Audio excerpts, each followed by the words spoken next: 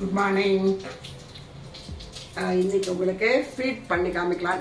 பாயசம் பிரதமன், ஜவ்வரிசி பிரதமன் பண்ணிக்கலாம் அமைச்சிருக்கேன். எனக்கு பர்த்டே, அதனால அதுக்கும் பண்ணிட்டு உங்களுக்கும் இது வீடியோ போடலான்ட்டு பாருங்கோ, பண்ணுங்கோ, லைக் பண்ணுங்கோ, எனக்கு ஃபீட்பேக் கொடுங்கோ. இப்போ நம்ம எப்படி பண்ணலான்னு பார்க்கலாம்.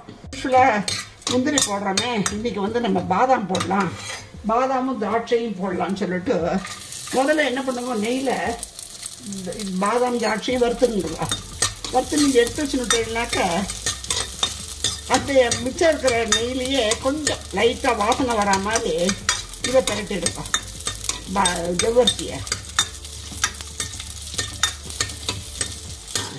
இது போர் வந்தது. இப்போ நான் எடுத்து வச்சுக்கிறேன். அதுக்கு எவ்வளோ தேவையான ஜவ்வரிசியை நம்ம போட்டுக்கலாம்.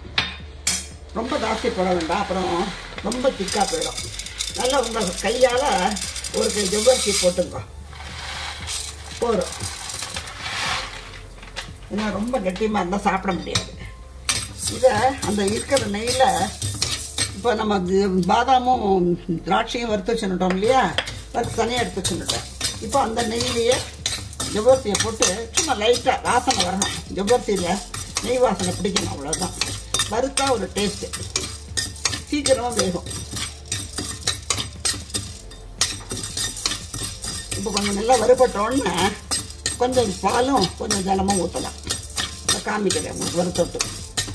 இப்போ 1/2 லிட்டர் பாலில் நான் ஒரு 1/4 ஊற்றுறேன். அதுக்கப்புறம் நம்ம பேலன்ஸை கொஞ்சம் கொஞ்சமாக ஊற்றிக்கலாம். இப்போ இந்த பால் தண்ணியில் அது வேகட்டும். வெந்தப்புறம் உங்களுக்கு மறுபடியும் காமிக்கிறேன். பாருங்க, ஜவ்வரிசி வெந்துடுத்து. அது கிளாஸ் மாதிரி இருந்தால் தான் அது வெந்துடுத்துன்னு அர்த்தம். ஒயிட் கலரில் இருந்தானாக்கா இன்னும் கொஞ்சம் வேகணும்னு. இப்போ பாருங்கள், எல்லா ஜவ்வரிசியும் கிளாஸ் மாதிரி ஆகிடுது. இப்போ நம்ம என்ன பண்ணுவோம், பேலன்ஸ் பாலை ஊற்றிடுவோம். 1/2 லிட்டர் பாலில் தாராளமாக 4 பேர் தாராளமாக சாப்பிட்லாம். 5 பேர் கூட சாப்பிட்லாம். 1/2 லிட்டர் பால் ஊற்றிட்டோம். இப்போ சேர்ந்தா மாதிரி கொதிக்கட்டும். இப்போ ஏலக்காயை பொரிச்சு வச்சுருக்கேன், அதை போட்டுடுறேன். சர்க்கரையை கீழே இறக்கி வச்சப்புறம் போட்டால் போகிறோம். நீங்கள் இந்த பாயசத்துக்கு இந்த கரண்டியால் ஒரு 2 கரண்டி போட்டுங்க போகிறோம். சர்க்கரை ரொம்ப கும்பலாக இல்லை, கொஞ்சம் கம்மியாக தலை தட்டி. இப்போ ஜவ்வரிசி நேராக திக்காகும், அதனால் நீங்கள் தண்ணியாகவே கொஞ்சம் பண்ணிவிடுங்க. அப்புறம் சாப்பிடும்போது ரொம்ப கெட்டியாக இருந்தானாக்கா சாப்பிட்றது கஷ்டமாக இருக்கும். இடத்துல எல்லா ஜவ்வரிசியும் கிளாஸாக எடுத்து நான் இன்றைக்கி பாதாமும் திராட்சையும் போட்டிருக்கேன். நீங்கள் முந்திரி போட்டுக்கலாம், திராட்சை போட்டுக்கலாம், பாதாம் போட்டுக்கலாம். உங்கள் எப்படி உங்கள் விருப்பமோ அதை படி செஞ்சுக்கோ. நான் இன்றைக்கி ஒரு சேஞ்சுக்காக இதை போட்டிருக்கேன். கீழே இறக்கி வச்சப்புறம் சர்க்கரை போட்டுங்க, நல்லா இலக்கி கொடுத்துட்டு கப்புன்னு மூடி வச்சுருங்க. அந்த சூட்லேயே சர்க்கரை கரைஞ்சிரும், நல்லாயிருக்கும். இனிமேல் தான் வறுத்து வச்ச பாதாமும் முந்திரியும் போட போகிறேன். பாதாமும் திராட்சையும் அதையும் போட்டேன்.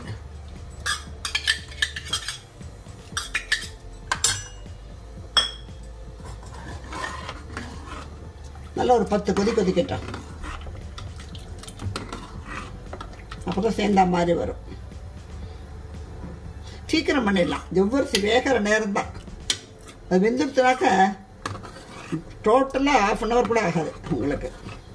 பாருங்க, நல்லா கொதிச்செடுத்து இந்த ஸ்டேஜில் நான் கேஸ் ஆஃப் பண்ணிட்டேன். இப்போ நம்ம என்ன பண்ணுவோம், சூடு இருக்கும்போதே சர்க்கரை போட்டுடுவோம்.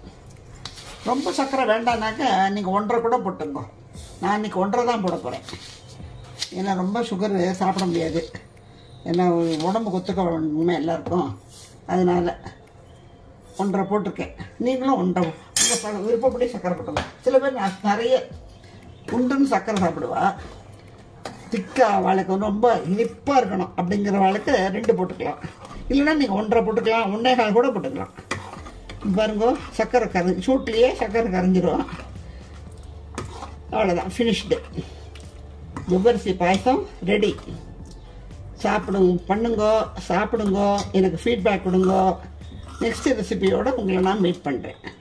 பாய்.